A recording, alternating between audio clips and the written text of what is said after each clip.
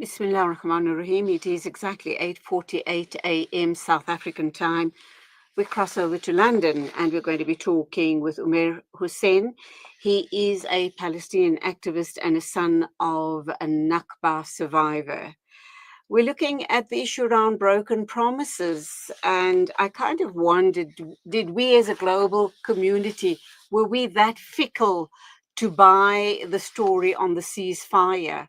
I had my doubts right up front, thinking that if the apartheid Israel regime has created such a horrific situation in Gaza, the genocide, which Western governments will not address it for what it is, a genocide, and keep on calling it a war, then how did we even begin to think or expect or hope for the ceasefire to actually be in place?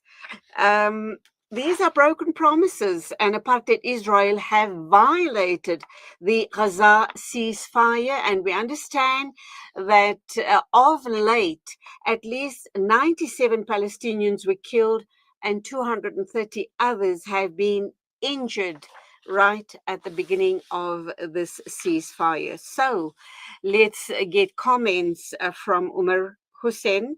He is a Palestinian activist living in London. He's also the son of a Nakba survivor. Assalamu alaikum to you. Welcome to the program. Wa alaikum assalam wa rahmatullahi wa barakatuh. Thank you for making time available to talk to us. This must lay so very heavily on your heart, knowing what exactly is playing. And did you at any point have hope that this would be the ceasefire that the global community is waiting for, that inshallah the Palestinian people will finally be emancipated? Yeah, I mean, I think by the very definition of a ceasefire, we never thought it would be a solution to the occupation of Palestine. I think people were hopeful that it would be respite really for the people of Gaza after 2 years of this horrific genocide. But I think we all had to have our wits about us and make sure that we weren't being, as you say, fickle and, naive, that somehow this Israeli occupation, which has exacted upon Gaza numerous wars and genocide. Well, now the first live stream genocide in history. I think it would have been really naive of us to think that this was just going to end and that the people of Gaza would be able to rebuild their lives without any more interference. I mean, the Israeli army, the occupation is still occupying large parts of Gaza. They're still on, I think, about 40%, if not more. So really, this was never going to be the end to the genocide, but we were hopeful this was the first step in bringing relief to the people of Gaza. You speak with a very heavy British accent. I presume you've been raised in the UK, and being that, being far removed from the actual hotspot, how does it make you feel being Palestinian and being the son of a Nakba survivor? Yeah, I mean, I think the thing about Palestine, it's a unifying force, both in terms of the Islamic Ummah, but also globally in terms of, I think, humanity. So for me, I really do believe that the issue of Palestine has moved many people. Many non-Palestinians have been more active in this cause and have sacrificed so much in terms of their lives, in terms of their livelihoods, losing work and jobs. So I think this is really the epitome of a struggle against a system of oppression. So when we see Western governments or Muslim governments supporting and backing this occupation, I think it's moved a lot of us. So we've seen from the streets of Morocco all the way through to Indonesia in the Muslim world, but again across the world, Mexico, Europe, America, we've seen a shift in public opinion. So for me, really, I use my voice as a Palestinian to actually say that this is the cause of the Ummah, and actually any free person, any person who feels in terms of the what the people of Gaza have suffered, the humanity, watching the children, the families being ripped apart, watching a whole strip being absolutely annihilated by this oppressive occupation. So for me, if anything, I'll say my Palestinian voice is to really echo the voice of the Muslims across the world and the global masses who've turned against this occupation, and those who stand behind it, really, which is unfortunately mainly the Western nations such as the US, UK, Germany, and others, but also the complicity of the local Muslim regimes as well. And sadly, this is not a Muslim issue. It's not solely a Muslim issue. There's quite a large population of Christians living in Palestine as well.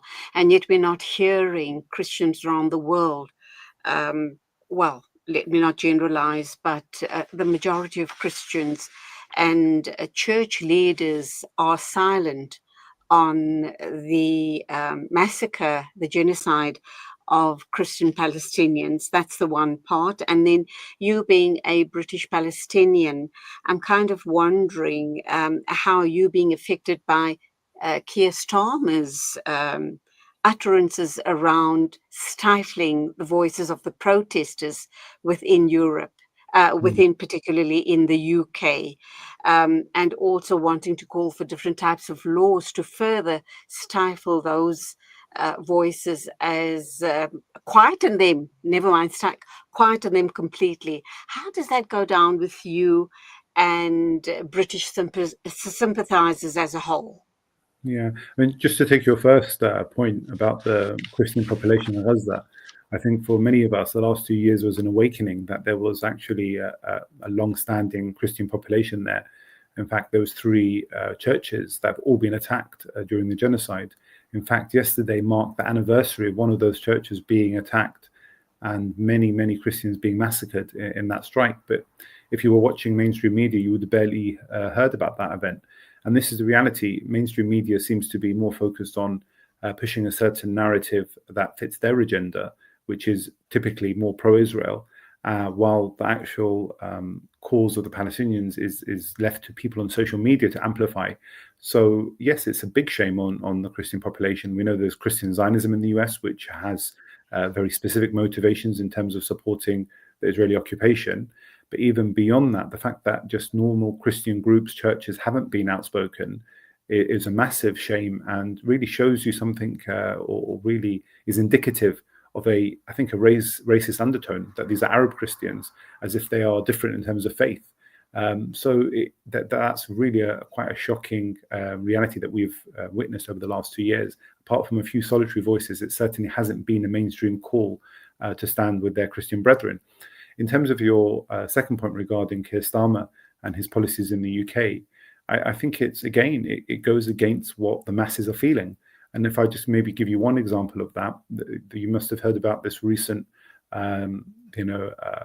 debate happening in the UK about the banning of the Maccabi Tel Aviv football fans to a game in Birmingham in about a few weeks' time in November.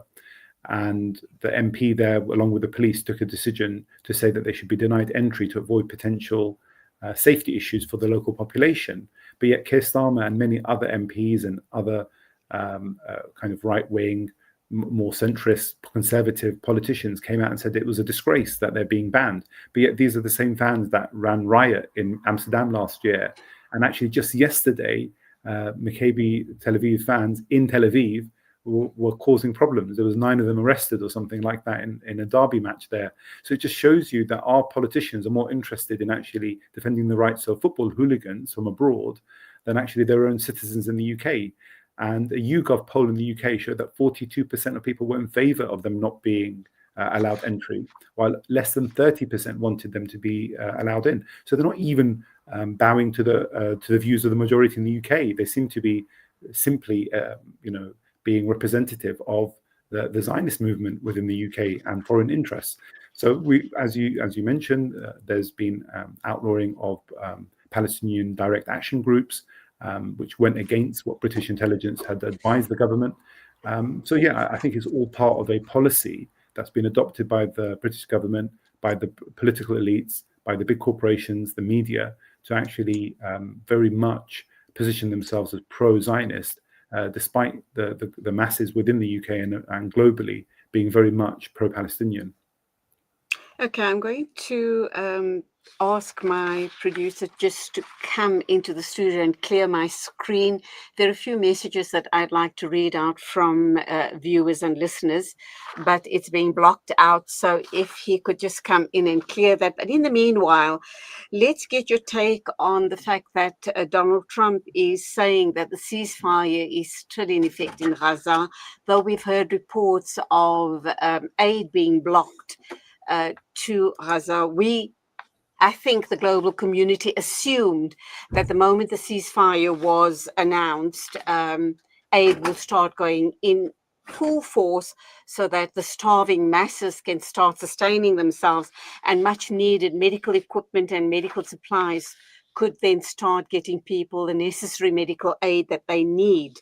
But Donald Trump seems to be pretty insistent that the situation is very peaceful, and I quote, very peaceful in Gaza since the ceasefire.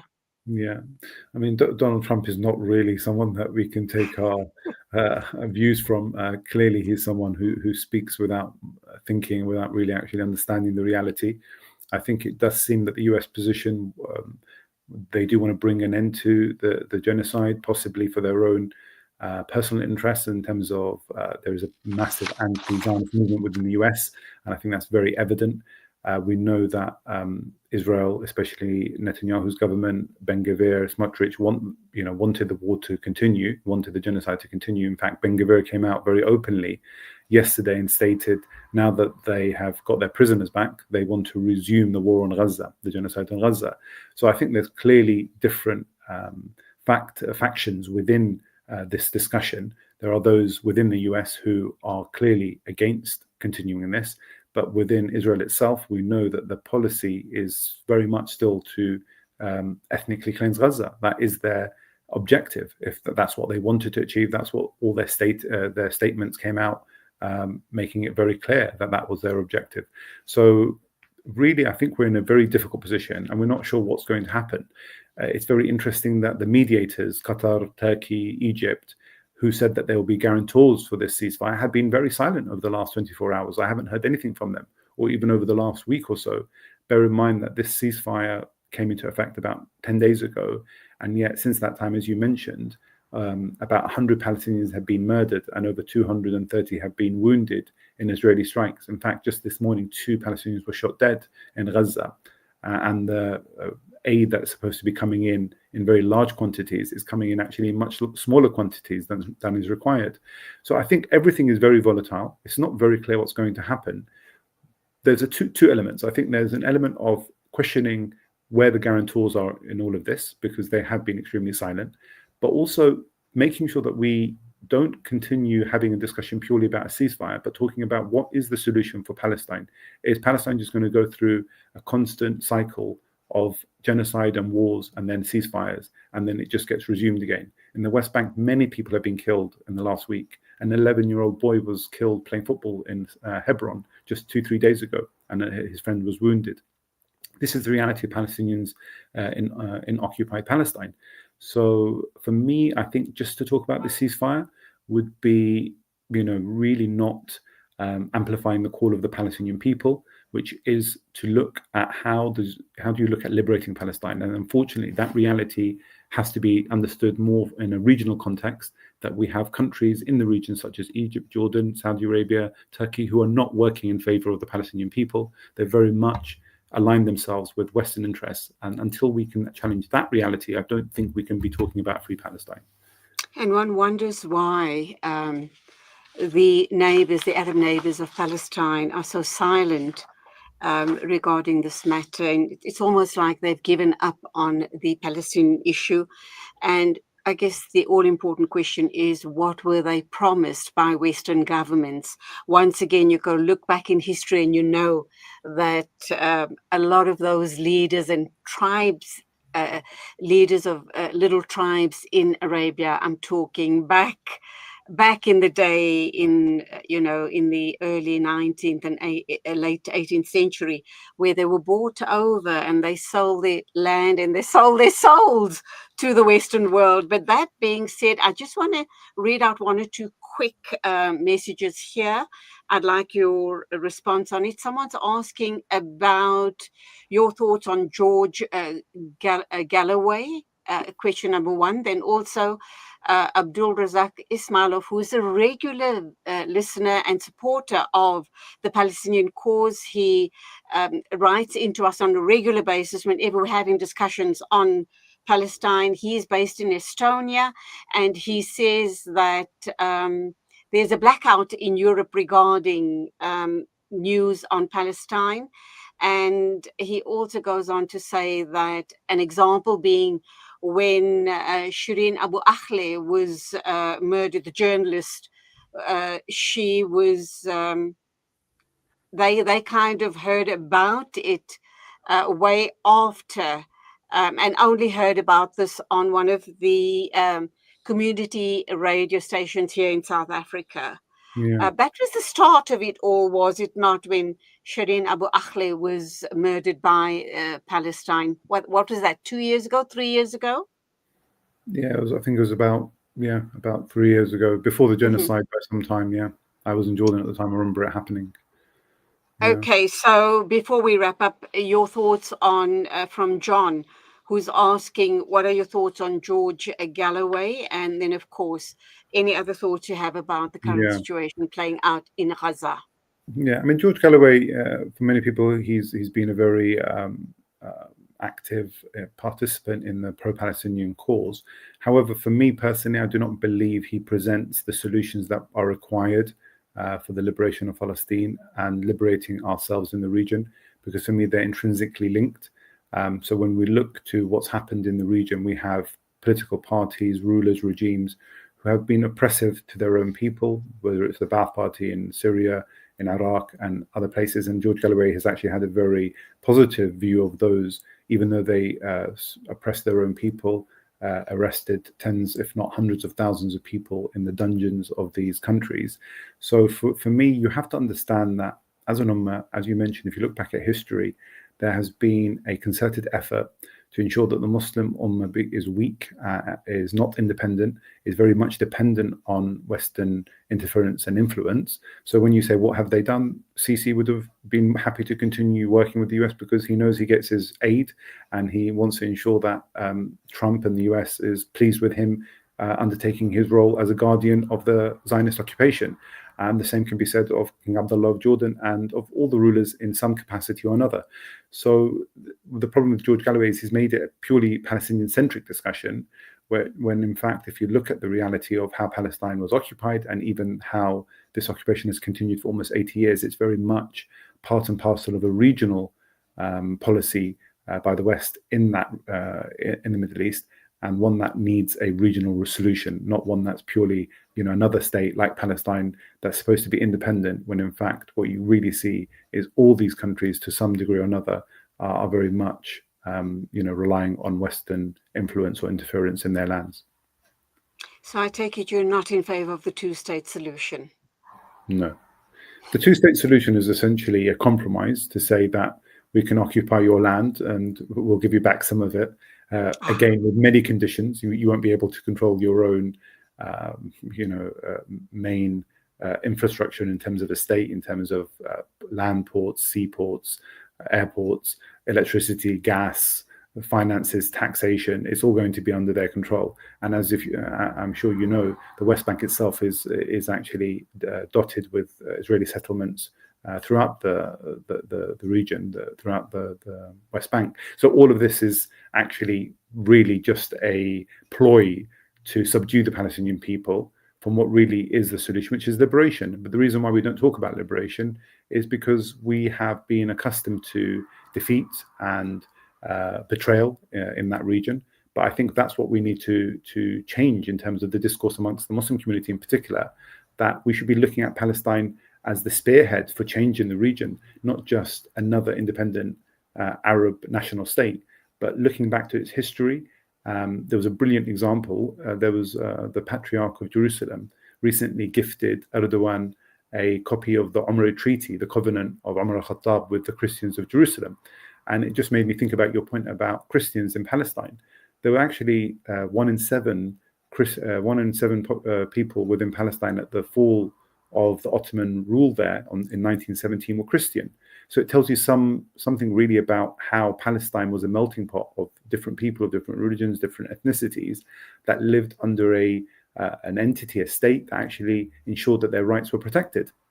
What we now have is an absolute, horrific situation where no places of worship are safe. In Gaza, they've all been attacked, mosques and churches, and even in the West Bank, you see the situation of Christians being regularly attacked. So what kind of future do we hope for Palestine? Are we hoping for just another state like a Palestinian state that's under the thumb of an Israeli occupation next door? Or are we looking for a truly independent situation where the Muslims can actually take back control of their destiny as an ummah, really? And I think that's what we should be aspiring to. Yep. Oh gosh, I have to go on and on regarding, there's so many questions, but we don't have enough time, but I'm just going to put 1 or 2 more questions to you before we wrap up. When the ceasefire was in fact announced, we heard reports of settlers trying to land grab as much as they could, and they were harassing and bullying the local Palestinians off their lands. That's part 1 of the question. And then, of course, that interrupted the harvesting of olives. Has that come to a standstill totally? Has the harvest over the past 2 years been totally lost as far as the farmers in Palestine are concerned? There's basically certain hotspots within the West Bank which are much more regularly attacked by the settlers. It's not across the whole West Bank, so you will find that there areas that have not been as affected. But I think from what I've understood that, they're still continuing many of those attacks. I just saw videos just in the last few days of similar attacks against Palestinian farmers. So that's going to continue because ultimately the Israeli occupation works hand in hand with these settlers. So you may have seen that there was a program aired on the BBC about the settlers, where they actually were clearly being supported by the IDF in launching those attacks against Palestinian farmers. So I think we have to keep widening the discussion, because if you look at it purely from Palestinian farmers and their harvests, I think we'll be missing the point that actually it's because we're powerless in the region. We're powerless in Palestine. You can't respond to these attacks because we do not have the military ability. We do not take the right responses to an occupation. So this will continue. These are just symptoms of a long-standing occupation. So this is why we're not looking for a two-state solution. A two-state solution just basically means more of the same, but just in a different way. It's going to be, affecting the Palestinians in a different way. But ultimately, that occupation will continue to exist until this occupation is removed from that region. There's no other way. And I think this is why many people are waking up to that fact that Zionism has no place in the Middle East and has no place in Palestine. And the reason I spoke about the olives is I have a friend in the past who used to take groups of people to stay with host families in the West Bank and help them with harvesting. And it was quite an experience. This was pre the genocide happening. And it was such a beautiful story how they, kind of saw how the Palestinian people lived. And it was a dream of mine as well to perhaps join on one of the tours. And of course, now with the genocide, I don't think it's going to be a reality, not for a long time to come. In closing then, Omer, are you hopeful? And if you are hopeful, how soon do you think, or when do you think, in which generation do you believe that, inshallah, we will see the absolute liberation? Well, it's not liberation per se. It's the Palestinians' land. It's their land. It's their home. They've been there for thousands of years. When can they reclaim their lands and also have the right to return? Yeah, that's a question that obviously we do not know. That victory is in the hands of Allah subhanahu wa ta'ala. In terms of our actions towards that, it's to continue making that call is to be very clear in our position, not to compromise, to be true to what the people of Gaza have been saying, which is that they want to see the liberation of this land. Let's not forget, before the genocide, they did the Great March of Return when they went to the border of the occupation and they said, we want to go back to our homes in Ascalon and all over Palestine. And the Israelis mass murdered, hundreds and injured thousands. So we know that this is a cause that will continue. It's a struggle that will continue. The genocide has been the worst part of that occupation that we've ever witnessed. Those last 2 years have been by far the most horrific and most brutal, but it does not change the ultimate fact that the cause will not change. And this is what I think has been the most positive aspect of the last few years. People have woken up to what this Zionist occupation means for the people of Palestine, what it means for the region, because let's not forget they've attacked several other countries. They're still attacking Lebanon. They're still attacking Yemen. And I think for me personally, one thing that we have to remember is our Muslim brothers and sisters and even non-Muslims are suffering across the world, be it in Sudan, be it in the Congo. We need to use Palestine as a rallying call for actually, can we create a world that's free of capitalist interference, of the oppression that we see meted out on the people of Palestine and meted out on the people of Congo in terms of the oppressive policies of corporations. So for me, it's more than just Palestine. Palestine is a rallying call for something different, for a new world order, one that we don't witness a live stream genocide and the mass murder of children, one where we actually can protect the lives and honor of all people, as our great leaders in the past, like Omer Hussein, Salahuddin Ayyubi, and all of these other great examples, Abdul Hamid II, the Sultan, the one who protected Palestine in the late 1800s, 1900s. These are the great examples that we should be aspiring to. And unfortunately, currently, the regimes in the region are acting as the first line of defense for this occupation and actually the repression of their own people. So it's a much, much bigger call. And I think that's what we need to be amplifying amongst our listeners and viewers, really. Omer Hussein, based in London, you are a Palestinian activist. You're also the son of a Nakba survivor, and that's a conversation I'd love to have with you sometime in the near future, but you carry on holding up the flag as high as you can, and we all pray for the emancipation, like you rightly say, not only of the Palestinian people, but wherever there is subjugation and oppression by capitalist leaders and oppressors, then we pray for that. We pray for the liberation of all of those, not forgetting also the Rohingya people and the Uyghur Muslims. And gosh, there's so many all around the world. We pray for one and all. Thank you indeed for your insights. Till the next time, keep us in your du'as as we keep you and the Palestinian people and all the oppressed around the world in our fervent du'as. Inshallah, go well. Assalamu alaikum to you. Wa alaikum assalam wa rahmatullahi wa barakatuh. It is 16 minutes after 9 o'clock. The second hour of News and Views is brought to you by African Muslims Agency. And of course, we also want to remind you that we will be taking a listen to the Fired Up series with Hafiz Imran Chunara. He is a personal excellence mentor and CEO of African Muslims Agencies. And we do the Fired Up series on a Monday, Wednesday, and Friday. And we'll be taking a listen to the series a little later on. Right now, it's 17 after 9 o'clock. We're going to take a break. And when we come back, we are going to be doing our next interview.